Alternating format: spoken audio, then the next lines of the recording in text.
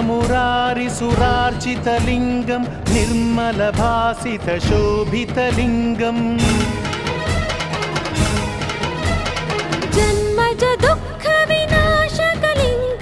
तत्प्रणमामि सदा शिवलिङ्गम्